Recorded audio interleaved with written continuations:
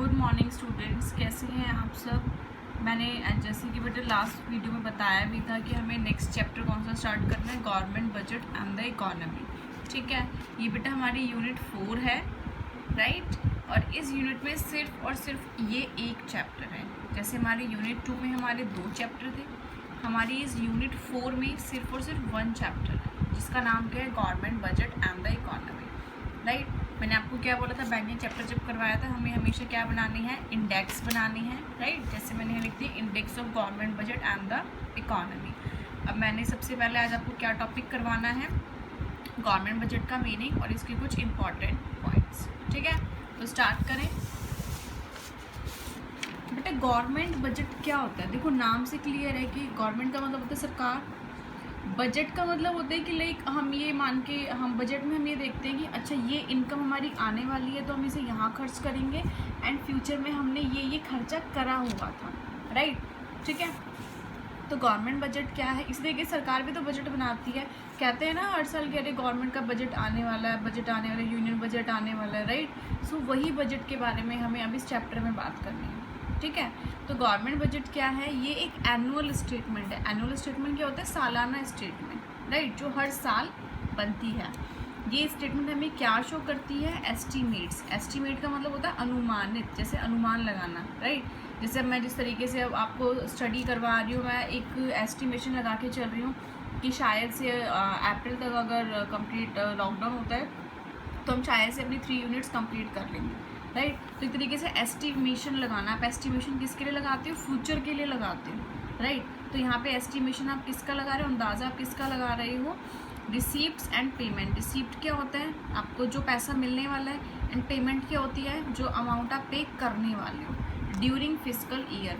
Physical year क्या होता है बेटा, हमारा जो हमारा 1 अप्रैल से स्टार्ट होता है एंड 31 मार्च को एंड होता है। मीन्स जो हमारा फाइनेंशियल ईयर होता है उसी को हम फिजिकल ईयर बोलते हैं, राइट। तो गवर्नमेंट बजट क्या है, ये एक सालाना स्टेटमेंट है। ये वो स्टेटमेंट है जो हमारे को क्या दर्शाती है, क्या शो करती है, एस्टिमेट्स ऑफ रिसीप्ट्स कि अच्छा हमारे को यहाँ से पैसा आएगा। हम कौन है, गवर्नमेंट, राइट। कि सरकार को यहाँ से पैसा आएगा एंड सरकार को यहाँ पर पेमेंट करनी है। कब करनी है, किस ड्यूरेशन में करनी है, ड्यूरिंग फिजिकल ईयर। ठीक है, तो गवर्नमेंट बजट हमें क्लियर है। जिस तरीके से बेटा जो सैलरी आने वाली होती है, जैसे अब अप्रैल चल रहा है, राइट, हमारे को जैसे ही हमारी सैलरी आने वाली होगी, जो सैलरी हमें फ्यूचर में आने वाली है, हम एडवांस में उसका लगाना शुरू कर देते हैं कि अच्छा 20,000 रुपये अगर सैलरी है तो फिर अच्छा मैं यहाँ खर्च करूँगा, यहाँ खर्च करूँगा, यहाँ खर्च करूँगा, राइट। और ये क्या आपने क्या कर दिया, यहाँ पेमेंट का डिस्कशन कर लिया। अगर आपका कोई बिजनेस चल रहा है या कहीं से कोई पेमेंट आपको कुछ रिसीव होने वाला है पैसा, तो आपने वो रिसीप्ट्स का भी अंदाज़ा लगा लिया, अच्छा वहाँ से पैसे आएंगे, उनको यहाँ सेटल करूँगा। तो इसी तरीके से सरकार भी अपनी एनुअल स्टेटमेंट बनाती है। मैं यहाँ मंथली की बात कर रही हूँ, हमारे केस में सरकार अपनी पूरी साल की स्टेटमेंट बनाती है। तो गवर्नमेंट बजट क्लियर है कि हम इस चैप्टर में क्या पढ़ेंगे, हम इस बजट से रिलेटेड ही पढ़ेंगे, इसके पार्ट्स पढ़ेंगे कि पैसा कहाँ से आता है सरकार के पास, कहाँ से पैसा जाता है, इस तरीके से। ठीक है, उसके बाद इसमें अनदर पॉइंट इज़, इसमें देखो इट्स अप टू यू कि आपको ये लर्न करना है या ये लर्न करना है। ठीक है, वैसे ये बहुत बेसिक है। इसमें क्या है, ये वो स्टेटमेंट है, मीन्स गवर्नमेंट बजट वो स्टेटमेंट है जो क्या बताती है, expected receipts and expected expenditure of the government. कि गवर्नमेंट एक्सपेक्ट कर रही है, मतलब उम्मीद लगा रही है कि अच्छा मुझे यहाँ से पैसा आएगा और मुझे यहाँ पर खर्चा करना पड़ेगा, राइट।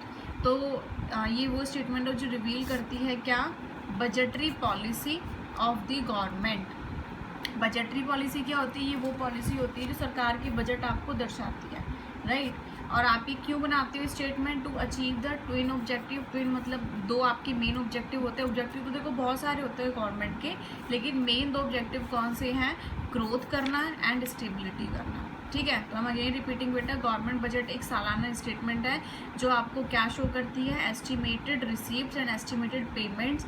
टाइम पीरियड क्या होता है, ड्यूरिंग फिजिकल ईयर, राइट। ये एक वो स्टेटमेंट है जो आपको एस्टिमेटेड रिसीप्ट और एस्टिमेटेड एक्सपेंडिचर बताती है सरकार के। हम सब पब्लिक हैं, हम सब इस गवर्नमेंट बजट को देख सकते हैं, राइट। और ये स्टेटमेंट क्या रिवील करती है आपको कि सरकार की बजटरी पॉलिसी क्या है, कि पूरी फिजिकल ईयर की पॉलिसी क्या है, और ये क्यों होता है, to achieve the main objectives of the government, that is growth and stability, right. फिर इसके कुछ इंपॉर्टेंट पॉइंट्स हमें डिस्कस करने हैं आज की क्लास में। फिजिकल ईयर आपसे 1 मार्क्स में पूछ सकता है कि फिजिकल ईयर क्या होता है, तो आप बोल दोगे the year which begins from 1 April of every year and which ends on 31 March of every year, right. तो 1 अप्रैल से 31 मार्च तक का जो टाइम पीरियड होता है, आप बस ये लिखाइए 1 मार्क्स में, दैट इज सफिशिएंट, राइट। अब जो बजट होता है सेंट्रल गवर्नमेंट का, उसका नाम क्या होता है, यूनियन बजट। मैंने थोड़ी देर पहले भी बोला था, कहते हैं ना यूनियन बजट आने वाला, सरकार का बजट आने वाला, ये वो होता है। इंडिया में जो बजट प्रेजेंट करते हैं, कहाँ करते हैं, पार्लियामेंट में, राइट। और किस दिन करते हैं, जिस दिन प्रेसिडेंट बोलते हैं। मैं सिर्फ इंडिया के बजट की डिस्कशन कर रही हूँ बेटा इस चैप्टर में।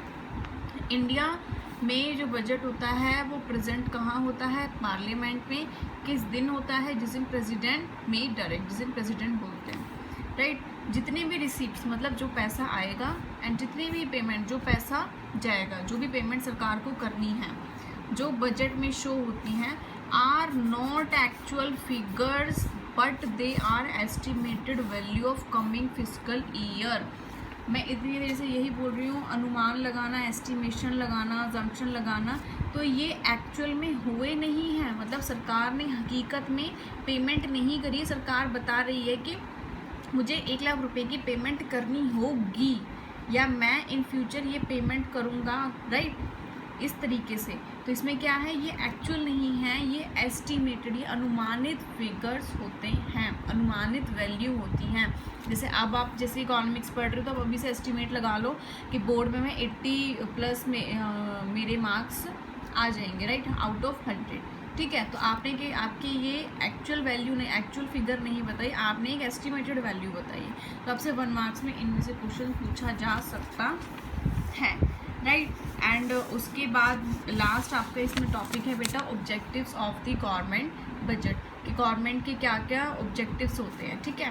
तो इसमें मेन अभी हम सिर्फ हेडिंग करेंगे कि सरकार का सबसे पहला उद्देश्य क्या होता है कि जो उनके पास जितने भी माध्यम है, जितने भी रिसोर्सेज हैं, उनका रीअलोकेशन करना। रीअलोकेशन ऑफ रिसोर्स हमने माइक्रो में इन 11th क्लास में ही पढ़ा हुआ। रीअलोकेशन का मतलब होता है कि विभाजन करना, राइट, दोबारा से एक प्लानिंग करना, जितने भी रिसोर्सेज सरकार के पास उनको लेकर दोबारा से एक प्लानिंग करना, ठीक।